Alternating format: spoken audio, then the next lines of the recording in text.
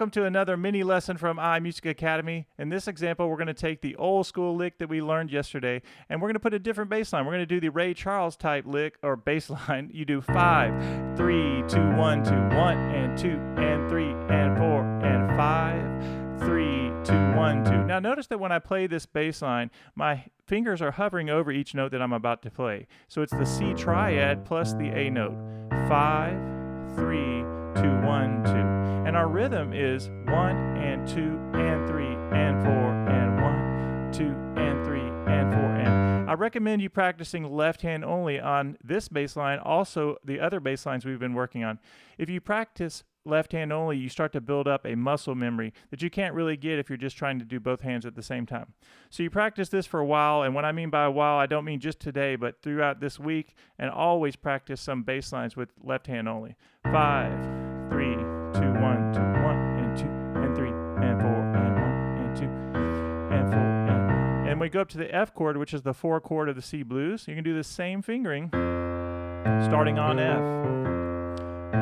And notice that when I go up to the F chord, I'm keeping this same span of my hand in the same shape that I was on the C chord. I'm just moving it up to the F shape, and then on the G chord, which is the 5 chord of the C blues, I'm going to do the same thing. 5, 3, 2, 1, 2. So the whole bass line would be like this: 1 and 2 and 4 and 2, 2. Do it 4 times, and then F 2 times, and back to C, 2 and 3.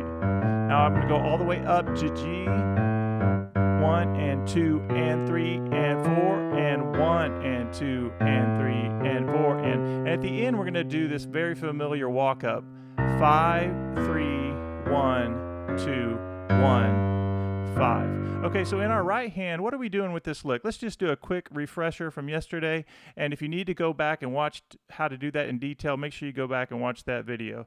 So you're doing the second note of the scale of C is the chord we're working on. We start there, we do 1, 2, 1, and then we go up to the flat 7 and 9. So 1 and 2 and 3 and 4 and 1 and 2 and 3. Let's do that again. 1 and 2 and 3 and 4 and 1 and 2 and 3 and 4 and 1 and 2, and then we do a triplet right there. 1 and 2 and 3, and my finger numbers: 1, 2, 1, 3 and 5, 1, 3 and 5, 1, 2 and 4, and then you repeat that. 1, 3, 5, 1, 3, 5, 3, 5, and 2 and 4. And then on the last time, we're going to do something fun. We're actually going to walk it down like we did yesterday. B flat and D, and then A and C to D, to G and B flat, to C, to F and A, B flat, and then E and G, A, D and F, G, and C. So we end on a C triad. In second inversion, my favorite inversion to play is the second inversion triad. Here's the walk down.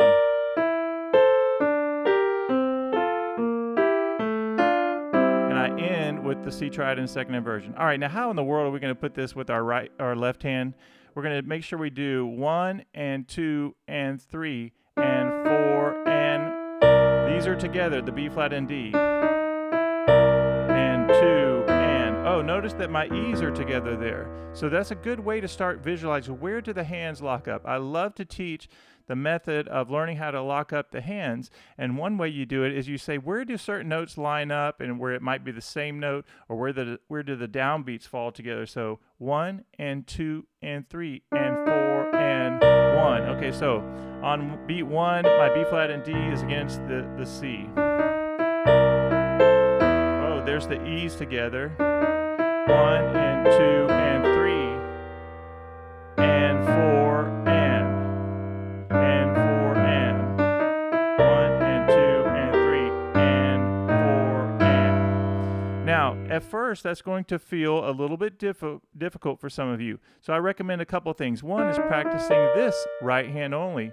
The other thing is I love to teach how to play things straight. So it doesn't have to have the swing feel all the time. And if you stray it out, play it slow and straight, it's often easy to get the hands to lock up together. So 1 and 2 and 3 and 4 and 1, 2 and 3 and 4 and 1 and 2 and then.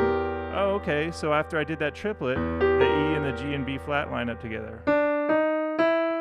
And 2 and 3 and 4 and 1 and 2 and then 3 and 4 and 4 and. See, notice how I did that. I know that I'm going to play and 4 and 4 and 4 and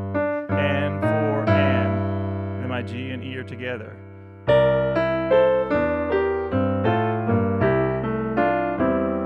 Okay, so let me try that very slowly. 1 and 2 and 3 and 4 and 1 and 2 and then 3 and 4 and 1 and 2 and. Okay, so right there my E locks up on the walk down with E and D together. 1 and 2 and 3 and G and C together. Okay, F and A together. Oh, B flat and G together.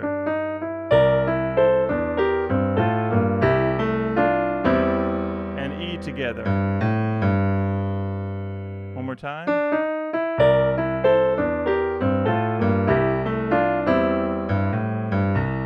Okay, now what we're going to do now is I'm actually going to stop this video and let you guys practice this. So notice again what we're doing. We're making sure we find out where do the beats line up, 1 and 2 and 3 and 4 and. So if you know that, then you could also start building the chord on C. You say, all right, same lick, but on C major. So I'm going to go up to the second note of C major and do the same pattern. And then on G, it's the same thing. You think about the G scale. That's a G Mixolydian scale, and I do the second note. Same pattern, just starting in a different place. So take a little while to first get it down in C. And if you guys really like this, make sure you like the video. And if you want me to continue with this entire blues, including the ending, then please let me know, not only in the comments, but make sure you like the video, comment, and subscribe to iMusicAcademy if you haven't done that. And last thing, turn on the bell notification so you can always know when I'm going live. Thank you for the support on this channel, and I always read your comments. I always respond to your comments, so let me know how I can help you. See you in the next video, and hopefully you guys will like this video so we can get part 2 of this series.